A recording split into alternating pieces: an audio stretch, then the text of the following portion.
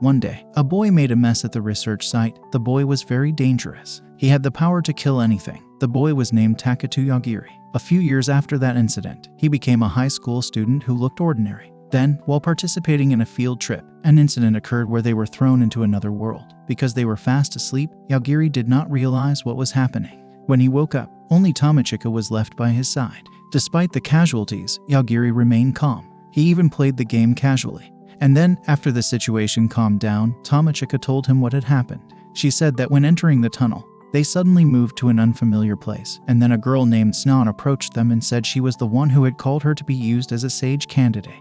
As candidates, they are given a system called gifts to help develop their abilities because the statistics are not sufficient, so some students do not get gifts. Those with gifts were given missions to reach the city on the mainland, while those without talent were used as bait so the others could leave safely. This decision resulted in several people being killed by dragon attacks. Yagiri and Tomochika were among those who didn't get the gift. But even though they knew it, Yagiri didn't mind and instead worried about how to recharge his console battery. He didn't seem to be worried about any other problems, as the dragon had already been dispatched by him. Moments after Yagiri got off the bus, 3 students returned to check on him. Yagiri realized they came with bad intentions. Knowing there was a girl who was still alive, Higashida immediately ordered Yagiri to hand over Tomochika to him. If not, he will attack with his fire magic. At that moment, Yagiri began to show his abilities. It turned out that his power was much stronger, namely instant death magic. As a result, the enemy had no chance to attack or deceive him because he did not hear his warning. There were already 2 people who became victims, not wanting to suffer the same fate as his 2 friends. Hanakawa bowed his head to Yagiri while asking for forgiveness from him. But because Yagiri and Tomochika could not forgive him, Hanakawa went so far as to wear a bondage necklace on himself. However, Yagiri still couldn't believe it, so he ordered Hanakawa to go to the monster forest and hand over all his possessions. After walking all day, Yagiri and Tomochika arrived at the nearest town. When meeting the guard, Yagiri asked how to get to the capital. But because the guard was reluctant to answer and rude, Tomochika immediately avoided him, fearing Yagiri would finish him. While walking in the city, a girl approached them with the excuse of wanting to get along with the sage candidate. The girl was willing to guide them without asking for a reward. Since Tomochika wanted to go shopping, Yagiri accepted her offer. Although the girl was not suspicious at first, it turned out to be a gang of criminals who intended to rob him. They deliberately targeted candidates who looked weak to be sold at a high price. After finding out their purpose, Yagiri casually said that he would kill them all, starting from the people at the back and those who tried to escape from him. Yagiri punished them one by one until the girl regretted dealing with him. Moments later, the guards named the 2 of them as the perpetrators of the massacre, but since Yagiri and Tomochika had no gifts, they were cleared of the charges and allowed to leave. Upon arriving at the inn, Yagiri unhesitatingly asked Tomochika to share a room with him. Suddenly, Tomochika is approached by her guardian spirit. It seems that the spirit has long followed her and prevented the gift when she first came to another world. Besides that, the guardian spirit also wants to pass on the martial arts genre from her ancestors. Since arriving at the inn, the officer, whose name was Celestina, had found the classmates' locations. She also told them about the capital and prepared accommodations for their needs. After everything was ready, Yagiri and Tomochika immediately boarded the train. But not long after departing, a devastating attack suddenly occurred that caused the entire carriage to be cut off. It turned out that the attack came from the battle between the sage and the robot invaders. Although they were almost killed, it seemed that the 2 of them were not targeted at all. In a few moments, the sage even issued a very deadly area attack. In addition, he did not feel guilty and thought that he was the most righteous. For this reason, Yagiri had no choice but to use his instant death ability. In another place, a hero-class sage is dealing with a pure vampire. Despite having extraordinary strength, the sage is unable to defeat the vampire because he can regenerate indefinitely. At the same time, Yagiri is negotiating with the invaders. Through these negotiations, he needs information about this world and how to return to his home world. Yagiri and Tomochika continued to walk towards the city of Hanabusa, which was the only modern city in another world. When they entered the hotel, they met a classmate named Takabana. With his dominating ability, he did not bother to train and only needed to utilize the experience of his slaves. But because of this ability, he became overconfident and considered others inferior. He even asked Tomochika to be his girl, while Yagiri was asked to be his slave. This made his slaves jealous and hostile to Tomochika, even though Tomochika didn't want to get involved with him at all. After a few days of staying at the hotel, Tomochika couldn't do anything because Yagiri kept falling asleep. In addition, she also felt that something wrong was happening around the city. Moments after that, Makomoko realized that someone was targeting her, but she couldn't see her because the perpetrator had the ability of invisibility. Without thinking, Tomochika immediately contacted Yagiri. Then, when Yagiri was about to meet her, he felt a murderous aura and immediately took care of it on the spot. It turned out that the person who was targeting Tomochika was one of Takabana's slaves named Erika. After finishing her off, Yagiri immediately informed the officer that a girl was lying in front of his room. To avoid trouble with Takabana, Yagiri and Tomochika decided to leave the hotel immediately, while Takabana, exploring the ruins, would not let him escape. He immediately ordered his slave to secure Tomochika. Using ice magic, RIZZ tried to stop their movement, and then Yagiri turned off the ice chunk and his magic wand to show that he could kill whatever he wanted. RIZZ was, therefore, ordered to remain silent if she did not want to be killed by him. But as his partner began to move, RIZZ ignored the warning, instead wanting to attack him again, so Yagiri felt threatened and had to finish her off. After his slave failed, he deployed the insects to stop Yagiri with Tomochika. Coping with hundreds of such insects would have been easy for Yagiri, but he chose to ignore them for fear of them falling on their heads. Takabana thought Yagiri couldn't use his powers if surrounded, so he ordered the insects to kill him immediately. In the end, Yagiri decided to kill Takabana first so that the insect horde and other disturbances could be stopped completely. After the incident, his slave was also freed and no longer dared to deal with him. But the chaos around city widened, causing Yagiri and Tomochika to be hampered by the zombie crowd. A vampire sage named Lane wanted to know what Yagiri could do with his abilities. As an immortal vampire, she wanted to know if Yagiri could kill her. Meanwhile, in the city center, someone named Masayuki stopped the movement of zombies using loudspeakers. He ordered all citizens to capture Yagiri and Tomochika. If his orders fail, Masayuki threatens them to make the zombies move again. Yagiri and Tomochika didn't understand why they were being targeted. But despite being targeted by civilians, Yagiri didn't stay silent. He threatened to kill anyone who dared to approach him. To get out of the situation, Yagiri decides to meet Masayuki in the city center. Upon meeting him, Masayuki assumed Yagiri would sacrifice himself for the safety of the citizens. However, Yagiri immediately denied it, saying he only wanted to visit the capital. The attitude shown by Yagiri made Masayuki angry, so he mobilized his zombie army to attack Yagiri. But it turns out that Yagiri could make them vanish instantly. Even Yagiri immediately finished Masayuki before he transformed into a stronger form. As the city's ruler, Takahashi revealed that he was not involved in this incident,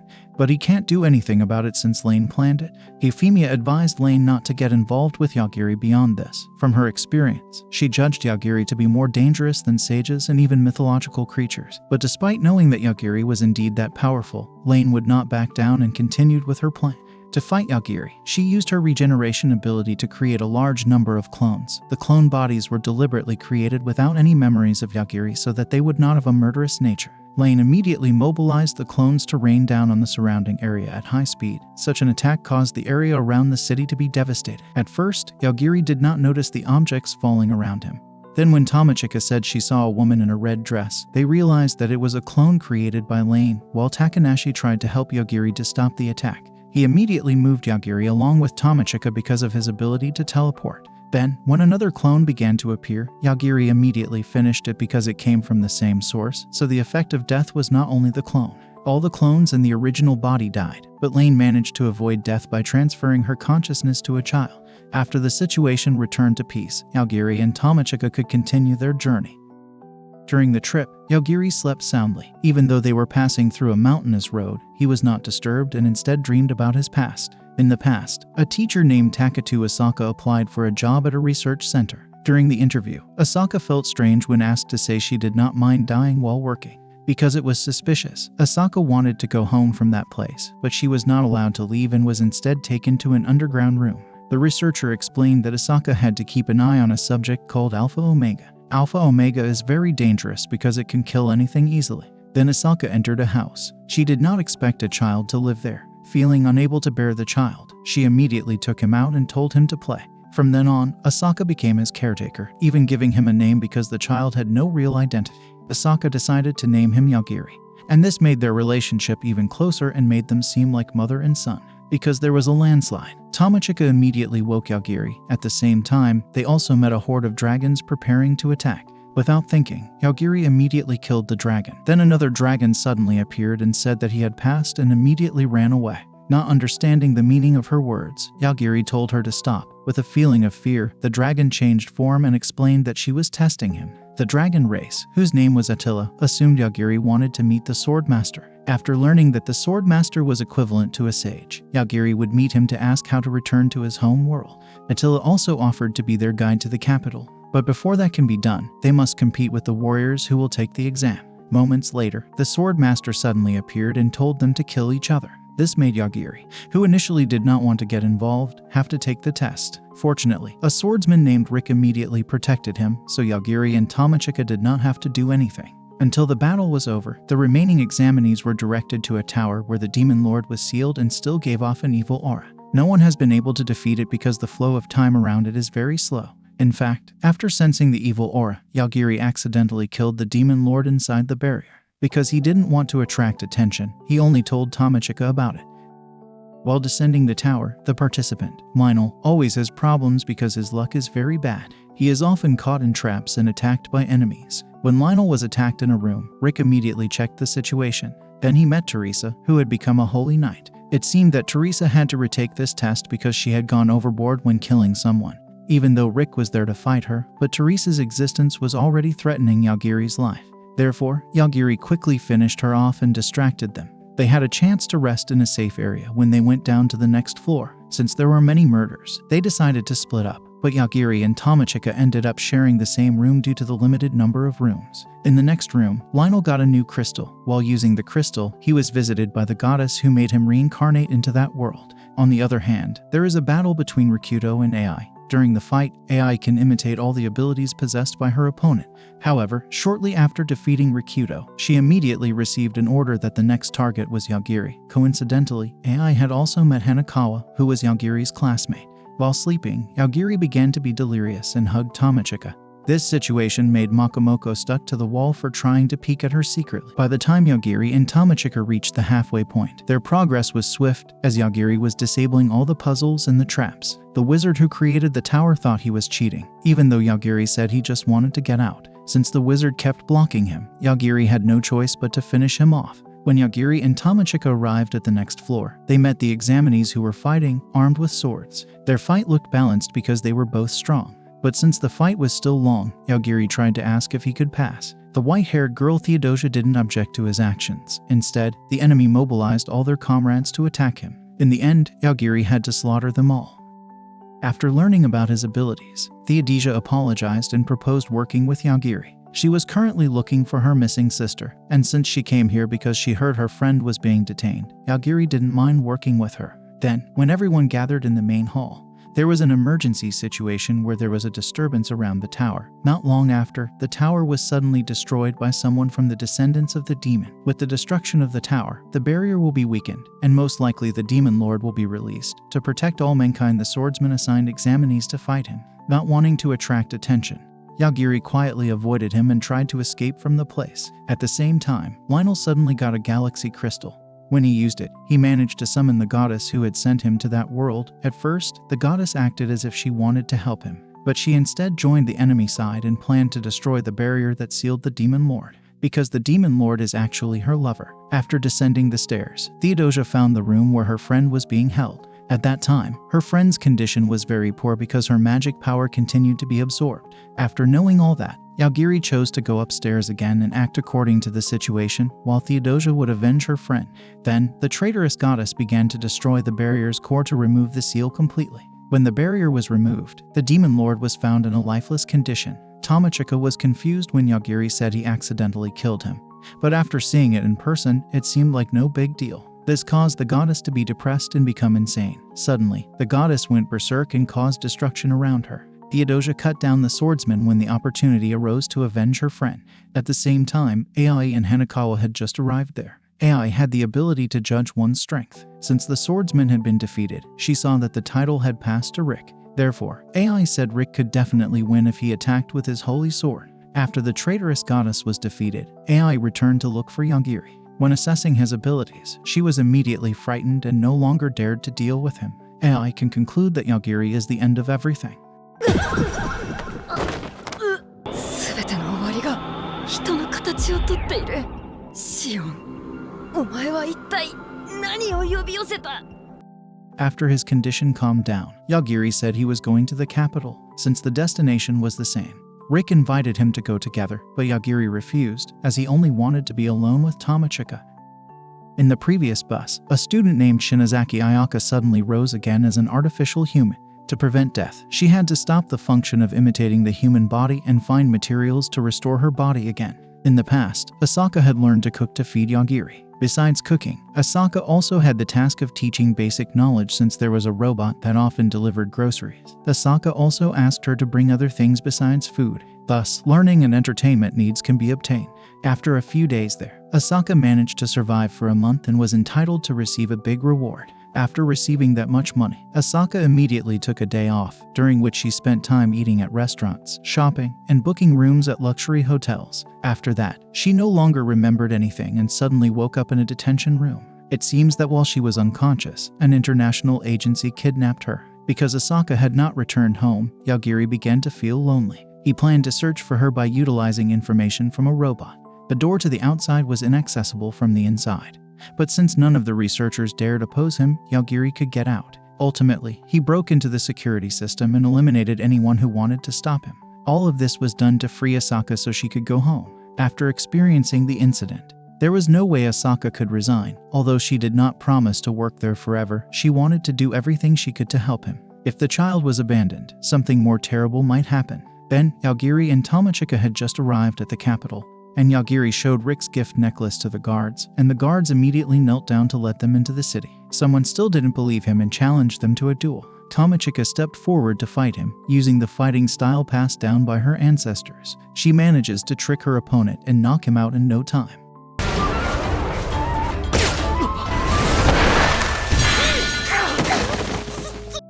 With this, people trust her, and they can enter the city like classmates. While the candidates were meeting with the king, a student was looking for trouble with the king. However, it seemed that the student could not do anything because the king could weaken their gift, after which the king explained the mission to be done. All students were ordered to defeat the demon lord in the underworld. After the meeting, Tomochika tried to talk to her classmates. Although she had left Yagiri and Tomochika, her classmates didn't think it was a wrong decision, and Yagiri didn't care about her. After that, they decided to work together and forget the grudge between them. Among the candidates summoned, 2 students knew Yagiri's power, Carol from the Institute and Ryoko, who had been sent by the laboratory. Initially, they were assigned to watch Yagiri, but they wanted to become his allies as the situation became more complicated. A little later, Tomochika and the others are preparing to carry out a mission of conquest. Accompanied by Rick, they will eliminate the monsters lodged in the underworld. Yagiri is also on the same mission but fights alongside another group led by David. When meeting monsters, Tomochika began to show her abilities. Thanks to her new equipment, she could fight more freely and was no less powerful than the others. In the afternoon, Hanakawa and Lute were searching for the demon lord's sister near the capital city. They had to visit the underworld and needed information to get in there. Then Sion appeared there and used the opportunity to ask Hanakawa about Yagiri. In exchange, Sion was willing to tell them how to enter the underworld.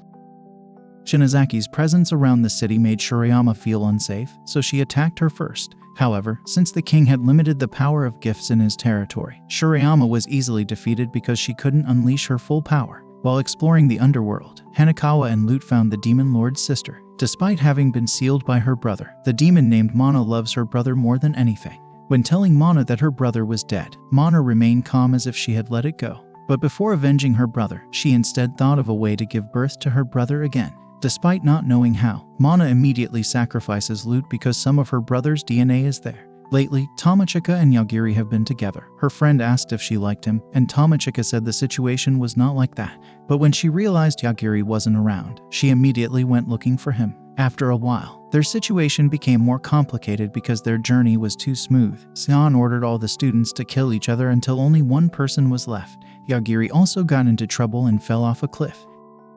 To determine the next sage, Sion ordered all the candidates to kill each other. She threatened to kill anyone who didn't kill his friend or try to escape the barrier. All the students objected to the test, and some even thought of killing Sion. But even after being attacked with the instant death magic, Sion could live again because her level kept rising every millisecond.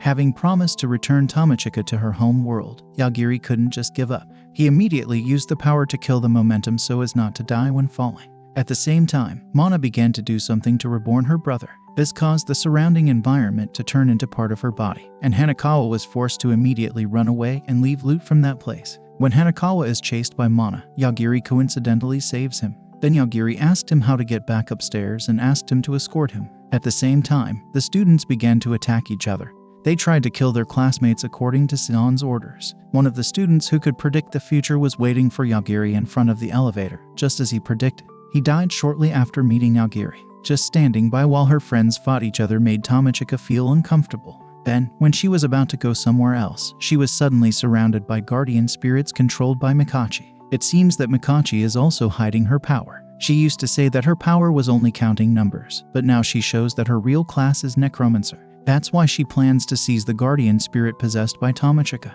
When hit by the Necromancer's power, the spirit was immediately dragged into Mikachi's body. In addition, Tomochika's armor was also suddenly detached because the guardian spirit could not control it. Fortunately, Yagiri was nearby, and knowing Tomochika was cornered, Yagiri immediately came to help her. Elsewhere, Shinozaki and Kyoko are still fighting it out. In a cornered state, Kyoko decides to detonate an annihilation bomb.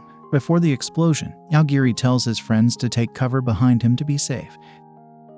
While Shinozaki's body was 60% destroyed, in order to fully recover, she chose to use dragon recovery. She didn't mind at all, even though her body turned into a dragon. After recovering, Shinozaki immediately looked for her surviving friends and mobilized many troops to continue her revenge. As an artificial human, the system inside her body detected an Alpha Omega nearby, so Shinozaki was ordered to immediately retreat. But since she insisted on attacking, Yagiri had to finish her off. Hanakawa didn't understand what was going on, but since he was determined, he invited Yagiri to leave immediately and lure Snan. But not long after that, Snan suddenly appeared before them. Without much ado, Yagiri immediately killed her ankle, making Snan fall and confused. Yagiri did not intend to chat with her, he just wanted to ask how to return to his home world. But because Sion has not answered, he began to turn off her limbs one by one until she wanted to talk. Instead of answering, Sion chose to escape by teleporting. But apparently, Yagiri could still attack her wherever she was. In addition, he can also attack someone near his target.